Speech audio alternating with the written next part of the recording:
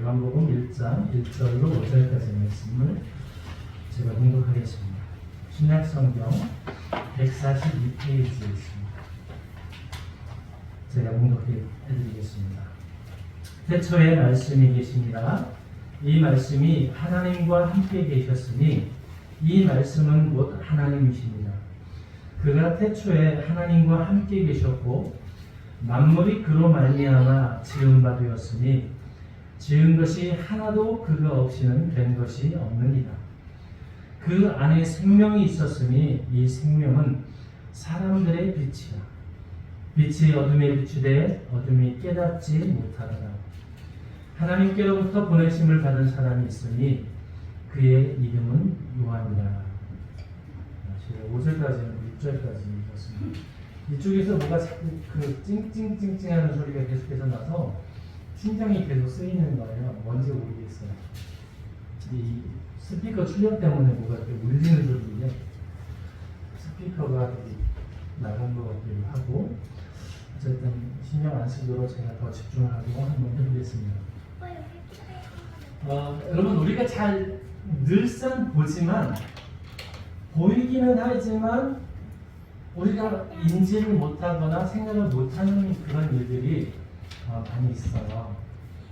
그런 것들 중에서 예를 들어서 제가 좀 퀴즈를 좀 한 두어 가지 내볼게요.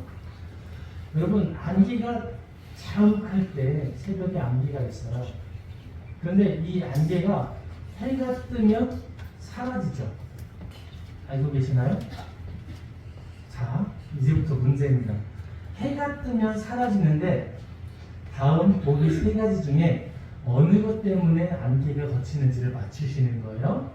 1번 하늘에 떠 있는 해, 2번 해로부터 나오는 빛, 3번 빛이 닿는 곳의 열기.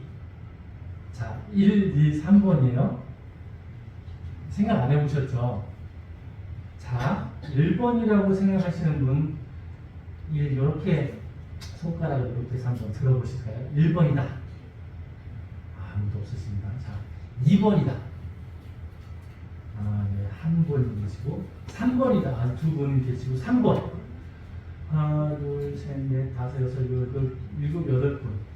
제일 많으시네요. 나머지 분들은 상관없다. 그렇죠? 4번. 네, 상관없다. 이런 것이죠. 여러분 어떻게 아세요?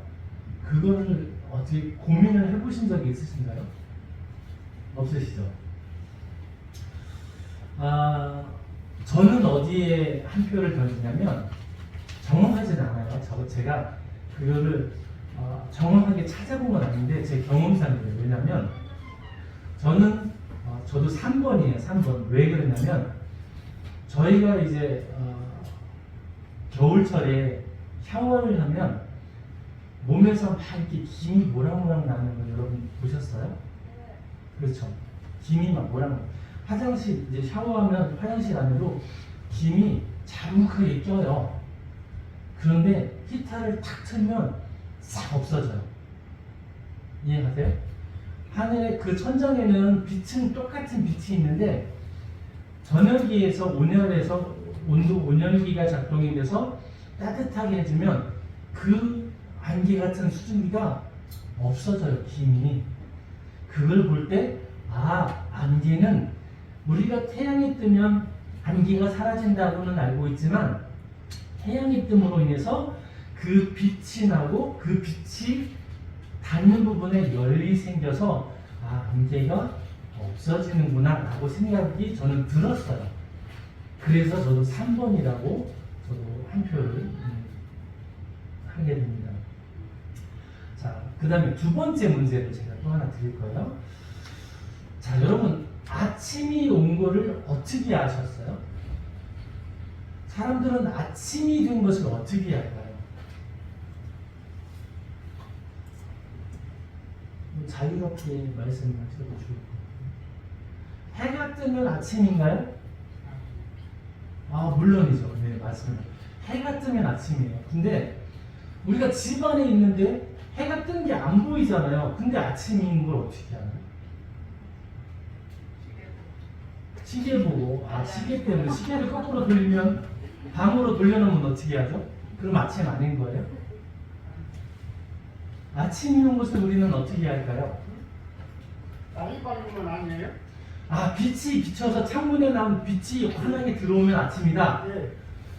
아, 그러면 제가 안타깝게도 앞을 못 보고 있어요. 그 빛이 안 보여요. 그러면 저에게는 아침이 안 오는 걸까요? 제 눈에 안 보여요. 어두운데 방문을 걸어잠고 커튼을 다 내리고 있었더니 빛이 안 들어왔어요. 그럼 아침이 안 온 거예요? 옵니다. 오죠. 예. 그러면 아침은 뭘까요? 아침은 어떻게 할까요? 자, 여기에서 이제 몇 가지를 이제 조금 전에 말씀드렸던 것과 태양은요, 해는 우리가 눈에 하늘에 떠 있는 해가 있습니다.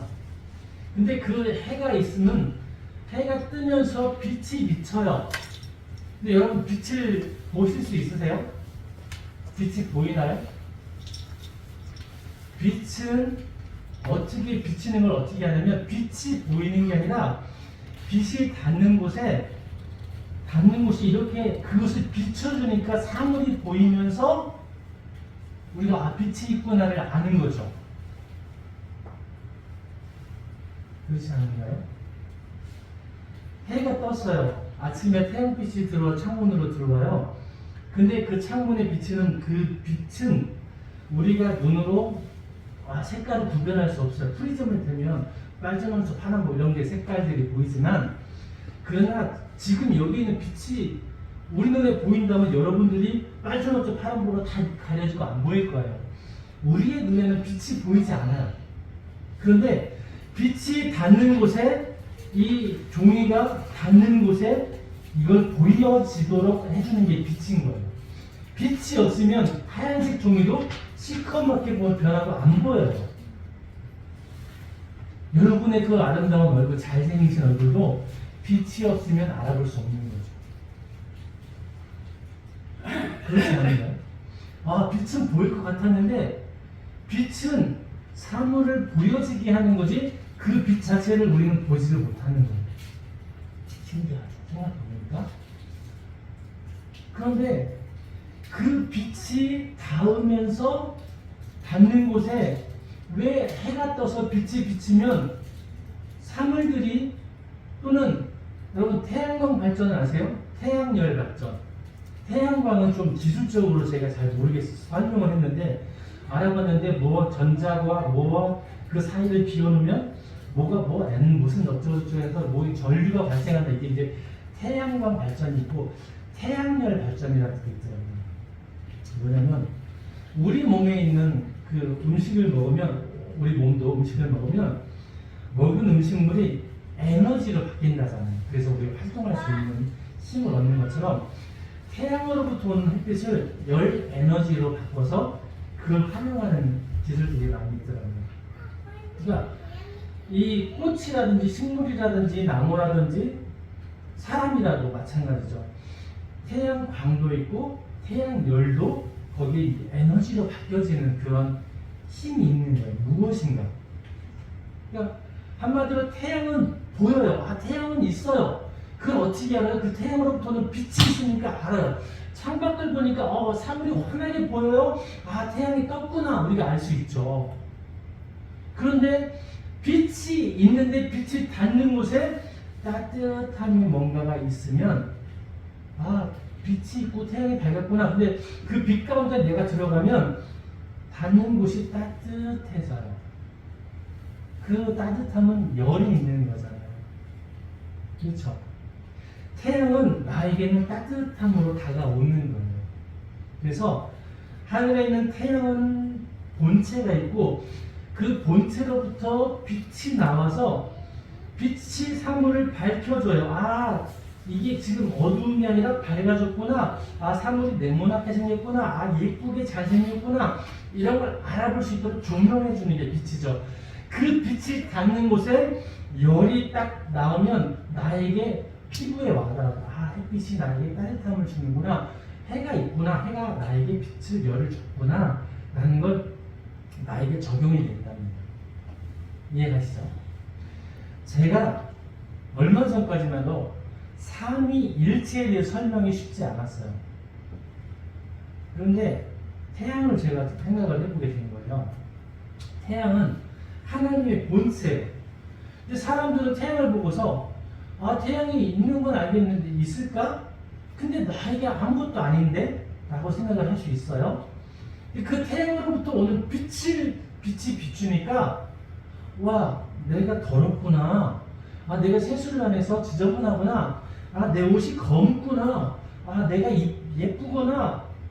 이런 걸 알게 되는 거예요. 보입니까? 예수님이 빛이 오셨다는 이야기를 오늘 본문은 하고 있는 거예요.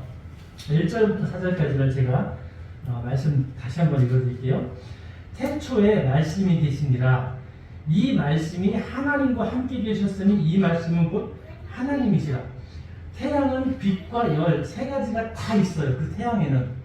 그런데 거기서 그 하나님의 본체신 하나님으로부터 빛이 이 땅에 비추는 거예요. 만물이 그로 말미암아 지은 바 되어서 지은 것이 하나도 그거 없이는 된 것이 없느니라. 그 안에 생명이 있었으니 이 생명은 사람들의 빛이라. 하나님으로부터 오는 빛이 사람들에게 빛이 비쳐서 생명이 있는 거예요. 그런데 안타까운 건 뭐냐? 5절이 문제예요. 빛이 어둠에 비치면 당연히 그게 보여야 되잖아요. 빛이 비쳤는데 안 보일 수 없어요. 그런데 어둠이 깨닫지를 못한대요. 빛이 비쳤는데 깨달을 수가 없어요. 왜요? 나에겐 적용이 있는데 내가 눈을 가리고 빛은 있어요. 그런데 내가 스스로 눈을 가리고 모든 창문에 커튼을 닫히고 빛을 안 봐요.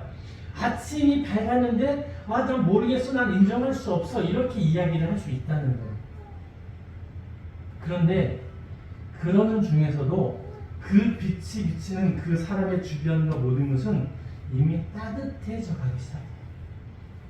그러니까 정오가 되면 새벽에는 추웠지만 점심이 되면 따뜻해져서 옷을 하나 벗게 될 수 있어요. 그 정도로 따뜻함이 그 사람에게 와 닿는 거죠. 그건 창문을 가리든 어디에 있든 상관없어요. 그 따뜻함은 모두에게 전해져요. 그래서 내가 피부에 닿고 그 따뜻함이 나에게 누구에게나 올 수 있는 기회가 있는 거예요. 그래서 하나님께서 빛으로 예수 그리스도를 보내고 그리고 예수님이 십자가를 지시고 모든 죄를 다 사하심으로 말미암아 그 사람들이 내가 죄인이구나, 내가 더러웠구나, 내가 검은 옷을 입었구나를 발견할 수 있도록 예수님이 보여주셨어요. 예수님은 그 빛으로 오셨대요. 그 빛은 뭐냐? 말씀이라는 거예요. 태초에 말씀으로 천지가 창조되었고 그 말씀이 우리에게 비치면서 우리가 죄인이었구나, 하나님을 만날 수 없는 죄인의 모습이구나, 우리가 이걸 알게 했다는 거예요. 그리고 나서 성령을 우리에게 보내셔서 이 성령이 우리 안에 딱 느껴지는 순간 내가 하나님을 만났구나, 아는구나, 나는 하나님의 피조물이구나 라는 것을 우리가 알게 된다. 그리고 그것을 믿게 되는 거예요. 그걸 믿어야 된다는 거예요. 그 이야기를 1절에서 5절까지 이야기를 하고 있는 겁니다. 자, 그런데요, 한 가지 문제. 사람들은 왜 5절 말씀을 보니까 이렇게 해요. 빛이 어둠에 비쳤는데 어둠이 그것을 깨닫지를 못하고 있대요. 왜 깨닫지 못하고 있을까? 왜 빛이 비쳤는데 왜 그것이 보이지 않게 될까? 왜 안 보인다고 할까? 왜 예수를 보고 믿지를 못할까? 이런 고민들이 생깁니다. 여러분, 게임 좋아하세요? 게임을 해보면 우리 아이들이 열심히 게임을 하죠. 근데 부모님들은 다 알아요. 게임을 명추석 때 설날 받은 용돈들을 다 털어서 게임에다가 다 투자를 하는 거예요. 그래서 아이가 레벨이 올라가고 막 기분이 좋아서 승승장구해요. 그런데 그건 잠시죠. 현실로 돌아오는 순간 공부할 시간에 게임을 해서 얘는 공부를 못해요. 밥 먹을 시간에 이제 제대로 밥을 못 먹으면 거르면 게임에 열중하다 보면 말라요. 이 게임은 영원한 게 아니라 일시적으로 잠시 잠깐의 순간의 쾌락에 지나지 않는다는 걸 어른들은 알지만 아이들은 모르는 거예요. 그리고 그게 좋은 거예요. 거기서 벗어날 수 없는 거예요. 왜요? 그걸 하다 보면 점점점 빠져들어요. 그리고 남들이 나보다 더 잘하면 나는 더 잘하려고 자존심을 세워가면서 더 열심히 노력을 하는 거예요. 어른들은 그런 걸 안 하나요? 하죠. 장기도 바둑을 통해서. 여러분, 근데 이 게임과 장기나 바둑이나 가장 안 좋은 게 뭐냐면 바둑을 잘해서 물론 그게 직업이 돼서 돈을 많이 버는 사람도 있겠지만 서로 간에 내기장기를 둔다 그러면 누구는 손해를 보고 누구는 이익을 얻는 거예요. 그렇죠. 게임이라는 건 이 A라는 사람과 B라는 사람이 함께 게임을 해서 내기를 해요. 그러면 그 내기는 왜 우리가 내기를 하지 말라고 이야기를 하냐면 다른 말로 도박이죠. 왜 도박을 하면 안 되냐면 한 사람이 따면 한 사람은 잃어요. 그런데 지금 우리가 살고 있는 인생이 바로 이렇게 살고 있는 거예요. 인생을 게임처럼 살아요. 누군가의 것을 내가 많이 오고 싶은 거예요. 누군가보다 더 잘 살고 싶어요. 나는 그냥 나를 위해서 많은 걸 축적하고 싶어 하는 거예요. 그런데 누군가는 그것을 잃어요. 누구보다 내가 더 성공해서 항상 그 안에 성공하는 사람들 안에 들어가기 위해서 다른 사람을 무시하고 밟고 경쟁해서 거기에 먼저 꼬리를 하고 그걸 누리려고 하는 거예요. 그거는 인생을 게임과 같이 사는 거예요.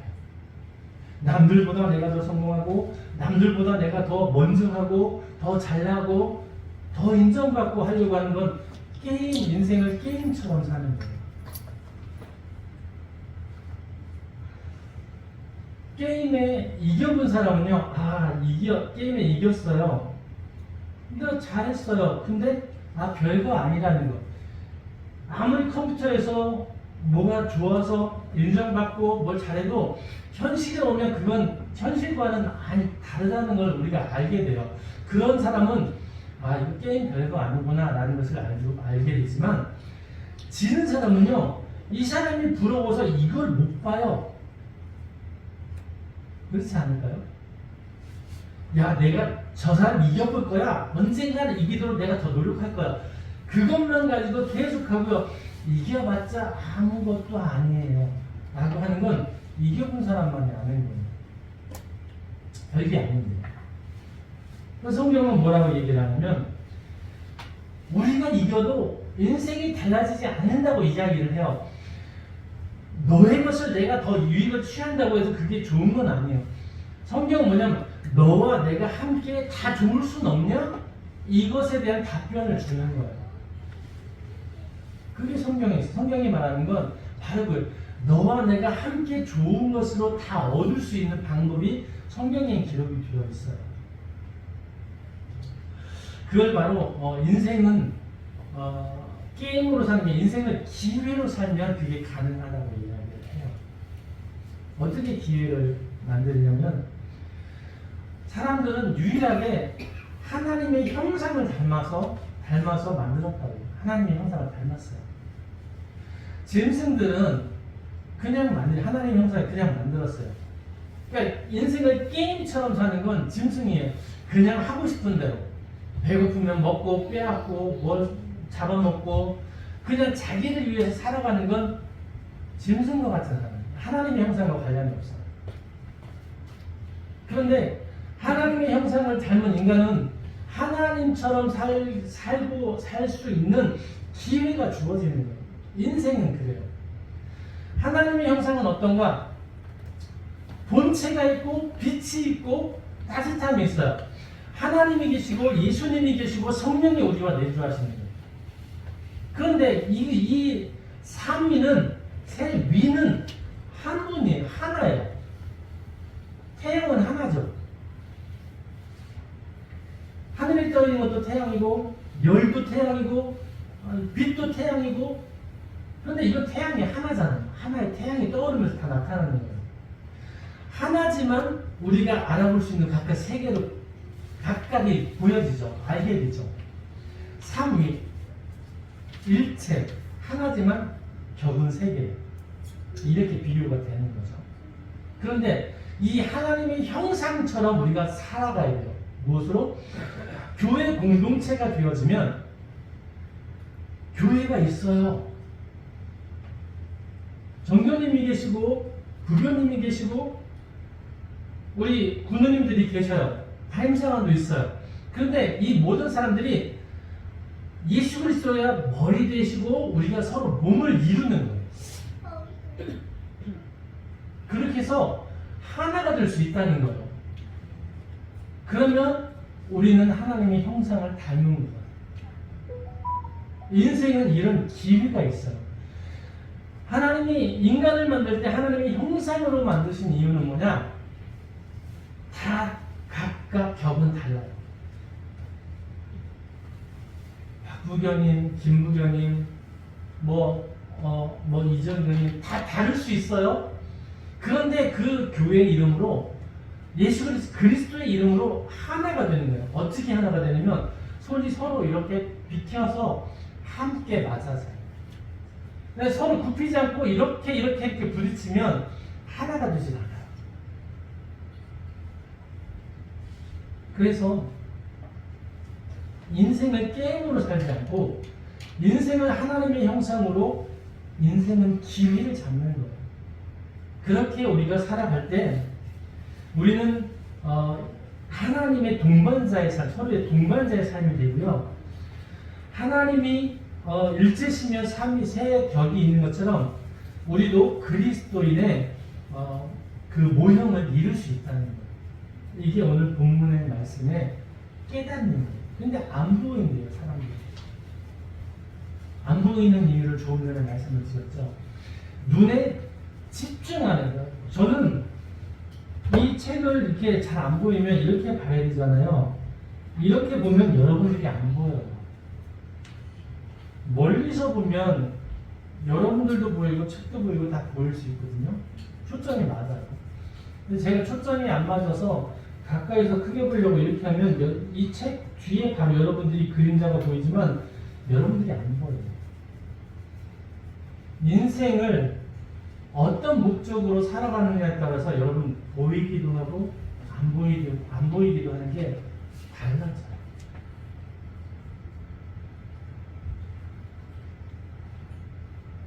여러분, 우리는 주변에 너무나 많은 것을 알고 있고 많은 은혜를 입고 있어요. 그런데 그 은혜에 대해서 생각해 본 적이 없어요. 그 은혜를 내가 보고 이런 은혜가 있었구나라는 것을 내가 말하고 고백한 적이 없어요. 그래서 몰라요.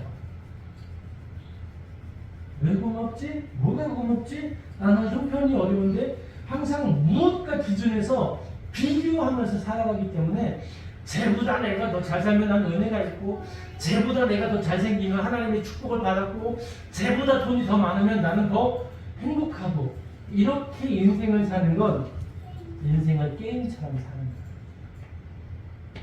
거예요. 그건 순간의 쾌락을 위해서 잠시에 지나서 영혼에 비하면 너무나 짧은 시간.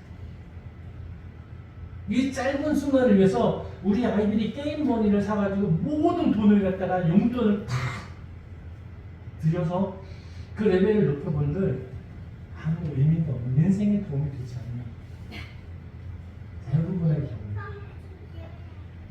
이 아이들은 그걸 모르는 거죠. 어른들의 뻔히 알고 어른들은 알지만 아이들은 그게 보이지 않아요. 왜냐하면 경쟁심이 있어요. 내가 철수보다 더 잘할 거야. 철수가 이 정도 있어 그럼 난 더 많이 해야지. 경쟁 구도로 살아요. 우리 아이들이. 그래서 어른들의 말은 안 들어와요. 아무리 이야기를 해도 듣고 싶지 않은 거예요. 왜냐하면 관심이 다른 거예요. 그래서 보이지 않아요. 근데 어른들도 똑같이 살아요. 인생을 게임처럼 사는데 그걸 게임처럼 살면 안 된다고 성경은 말을 하고 있는데 하나님은 말씀을 통해서 우리에게 하나님의 형상을 닮아서 너희가 그런 관계가 되어야 돼 라고 이야기를 하는데 우리도 그렇게 살지 않아요. 12월은요. 성탄절이 있는 달입니다. 한 1년의 마지막 달이지만 성탄절이 있어요. 근데 성탄절은 조금 전에 이제 설명을 드린 것처럼 하나님의 본체로 예수님이 이 땅에 증거자로 오신 거예요. 증거자로 오신 거죠. 근데 그걸 어떻게 우리가 알 수 있냐면 참 신기한 게 있어요. 그 기념법이라고 하는 게 있어요. 기념법이 뭐냐면 역사적으로 어느 한 시점을 놓고 그 시점을 기준으로 해서 전후를 나누는 거예요.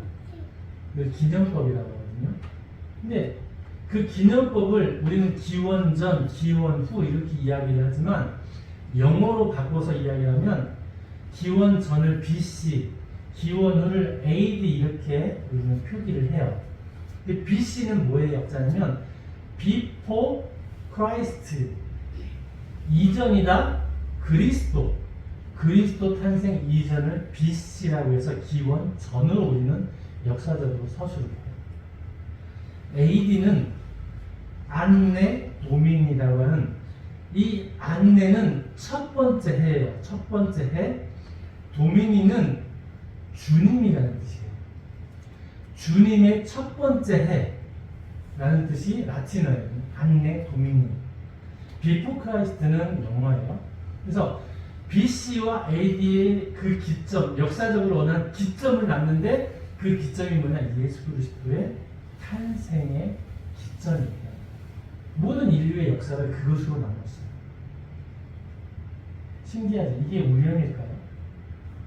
더 신기한 건요. 여러분, BC, 우리가 보면, 숫자를 보면, 마이너스, 5, 4, 3, 2, 1, 그 다음에 뭐예요? 그 다음 숫자 뭐예요? 1이에요? 마이너스 1이에요? 0이에요? 0이죠. 5, 4, 3, 2, 1, 0, 마이너스 1, 마이너스 2, 마이너스 3 이렇게 가야 되잖아요. 근데 세상에 0년이 없어요. AD와 BC의 사이에 0이 없다니까요. 원년이 없어요. 원년이 어디 갔어요? 원년아! 원년이 없어요. 어디 갔어요? 신기하지 않으세요? 그게 없어요. 그냥 모든 것의 중심은 BC와 AD 사이에는 아무것도 없어요. 첫 해요. 주님의 첫 해, 주님 탄생 이전, 0이 없어요. 그러니까 역사적으로 이 0은, 영이라고 하는 건 예수님의 탄생 그 시점을 기준으로 정확하죠. 우연일까요? 전 너무 신기했어요. 우연일 것 같지 않아요. 모든 인류가 우리가 살고 있는 이 시대만이 아니라 우리의 할아버지의 할아버지의 할아버지의 그 할아버지도 다 BC와 AD를 다르게 썼다니까요. 기원전, 기원후 이렇게 썼어요. 역사적으로 어느 한 시점을 딱 정해놓고 그걸 가지고 모든 인류의 역사를 나눴어요. 근데 그 역사의 중심에 비포 크라이스트, 안내 도민, 이렇게 역사적으로 시간을 나눴다. 인류의 시간을 나눴다. 이건 결코 우연이 아닐 거예요. 이제 여러분의 마음속에, 여러분의 삶 가운데 그 하늘에 있는 태양이 따뜻함으로 여러분이 느껴지실 수 있는 것처럼 그 하나님의 사랑과 하나님의 은혜가 여러분 각자에게 성령님의 따뜻함으로 다 임하시기를 주님의 이름으로 축복합니다. 12월 성탄절은 하나님이 본체신 하나님이 살아계시고 그분이 너희를 사랑하셔서 만드셨다는 걸 증거하는 빛으로 오신 예수님이 이 땅에 오신다. 그 예수님이 이 땅에 오셔서 내가 가면 곧 너희에게 보혜사 성령을 너희에게 보내리니 너희의 마음속에 각각의 하나님이 내주하신다. 그것을 위해서 오신 거예요.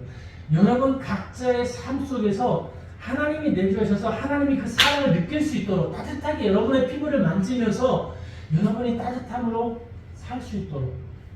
근데 그 목적은 뭐냐? 하나님처럼 살아요. 하나님과 예수님과 성령님이 한 분이시라는 거예요. 각각 모양도 다르고 이름도 다른데 그런데 하나예요. 한 분이시라는 거예요. 그래서 우리의 모양은 다 다르게 생겼어요. 눈 크기도 다르고 눈썹은 어느 분은 이렇게 올라가고 어느 분은 이렇게 내려가고 입은 크기도 다 다르고 다 다르지만 성격도 다르고 성도 다르고 뭐 다 다르죠. 그런데 우리는 하나라는 거예요. 하나가 되어야 된다는 거예요. 어떻게 해요? 그리스도인으로 하나가 되게 됩니다. 그러면 인생은 게임 같은 인생이 아니라 인생은 기회가 될 수 있다는 거예요. 영원한 생명을 얻을 수 있는 것입니다. 오늘 그 기회를 위해서 최근에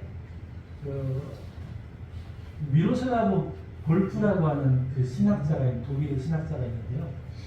들어보신 분은 알겠지만 이 몰트만이라고 하는 신학자의 그 제자이거든요. 그 두 분이 이 삼위일체에 대해서 굉장히 했어요. 그런데 이건 이제 참고적으로 또 이제 이분들은 기독교를 대변하는 그 신학자고요.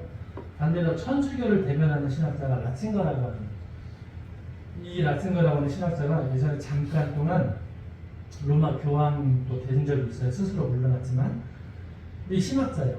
근데 사람들은 이 기독교 대부분의 많은 어른들이요. 저는 그게 참 불만이었는데 신학교에 다니면서도 천주교가 이단이냐 아니냐 뭐 이걸 놓고 막 이야기를 많이 했어요.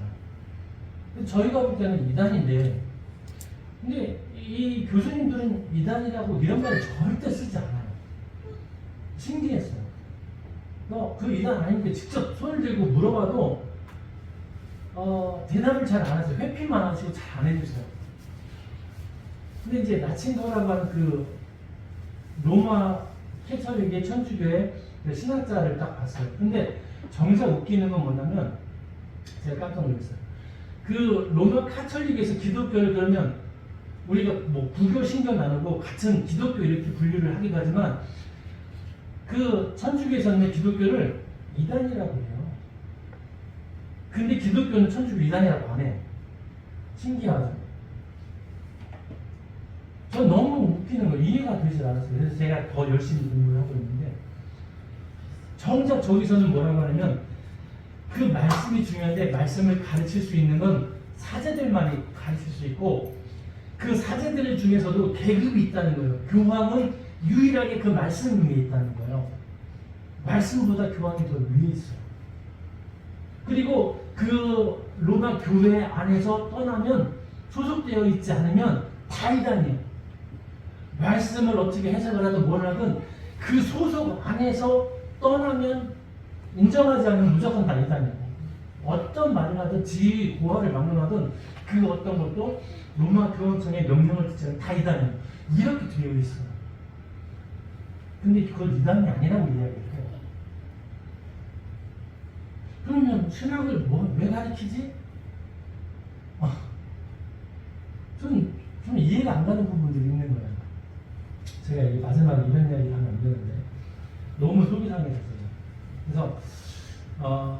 그래서 미로슬라브 그 볼프라고 하는 그 삼위일체를 하는 그분 이야기가 바로 오늘 제가 말씀드린 그 내용이었어요. 하나님의 형상이 무엇이냐? 교회가 하나님처럼 하나가 되어야 된다. 근데 오늘 이 충주에서도 많은 교단들이 있어요. 교단들이 다 다르다고 서로 연합이 안 돼요. 이게 정말 하나님의 형상을 닮은 진정한 교회의 모습이 맞을까? 이런 질문을 여러분께 드리기 위해서 제가 이 얘기를 꺼냈고요. 심지어는 그 교단들 얘기할 거 없이 구세군 남충주 교회 안에 있는 여러분 우리 성도들 간에 서로 하나가 될 수 계신 거 맞죠? 우리는 하나죠. 할렐루야. 이게 쉽지 않아요.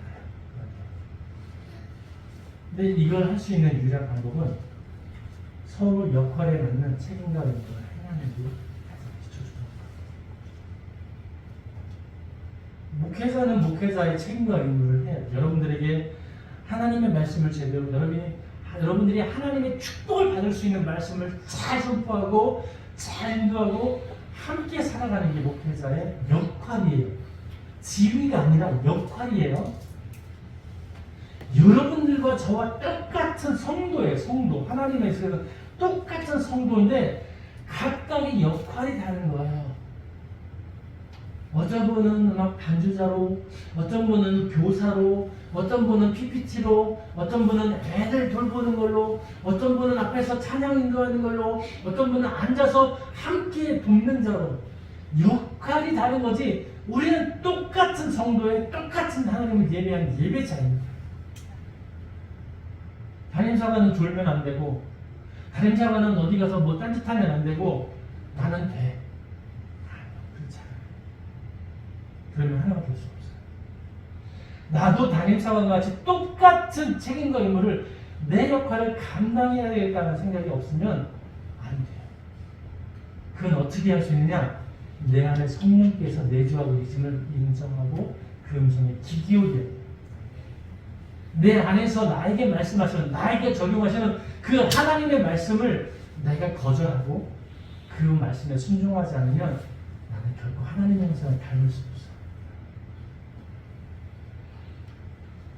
세상에 많은 사람들이 서로의 모습을 보면서 손가락질을 해요. 쟤네들 저렇게 살면 안 되는데, 저거 틀렸다.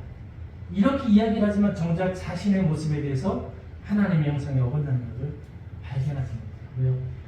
눈을 감고 무시하고. 빛이 비추면 보여야 되는데 그 빛을 인정하지 않고 스스로 눈을 가려버려요. 사랑하는 여러분, 오늘 요한복음 1장 1절에서 5절까지 말씀을 제목은 깨닫지 못하다. 5절 말씀에 있었던 빛이 어둠에 비추되 어둠이 깨닫지 못하니라. 못했어요. 왜 못했냐? 빛은 누구에나 똑같이 비추는 거예요. 여러분 안에 성령이 다 계실 거예요. 그런데 그 성령의 음성을 여러분이 깨닫지 못하고 덮어버리는 것일 수 있어요. 오늘 하나님의 음성에 깨어나시기를 주님의 이름으로 축복합니다. 우리의 삶이, 인생은 게임이 아니라 인생을, 하나님의 형상을 나타낼 수 있는 인생을 기회로 바꾸시는 복된 여러분 되시길 소망합니다. 그래서 이 영생을 여러분의 것으로 만드세요. 순간의 쾌락이 아닌 인생의 짧은 몇십 년간의 부유함이 아니라 영원한 생명, 영원한 생명이 있는 그 나라에서 그 생명의 나라를 소유할 수 있는 영생을 여러분의 것으로 소유하시기를 소망합니다. 정말 소망하십니까? 기도하겠습니다. 사랑의 아버지 하나님, 우리는 모르는 사람과 아는 사람은 다르다고 생각합니다. 그러나 우리가 아는 것 같지만 행동하지 않으면 그것은 모르는 사람과 똑같습니다. 우리가 하나님의 말씀을 알아서 이제 우리의 삶이 바뀌기를 원하고 그 삶이 행동으로 나타나며 보여지기를 원합니다. 많은 사람들이 우리의 삶을 보면서 그리스도의 삶이 이런 거구나, 이건 정말 좋은 삶이구나, 우리에게 필요하구나, 이것이 하나님의 사랑이구나 라고 우리의 삶을 보면서 느껴질 수 있도록 그들도 하나님을 알기를 원하고 만나기를 원하며 그 안에 성령이 말씀하시는 교제 가운데 하나님의 형상을 품을 수 있는 그 기회를 우리가 전할 수 있도록 우리를 사용하여 주시옵소서. 하나님의 크신 사랑과 은혜가 늘 우리 안에 충만하심으로 우리가 세상을 향하여서 그들을 사랑하며 그들과 함께 할 수 있는 복된 삶으로, 그리스도의 삶으로 선포하게 하여 주시옵소서. 예수님의 이름으로 기도드리옵나이다.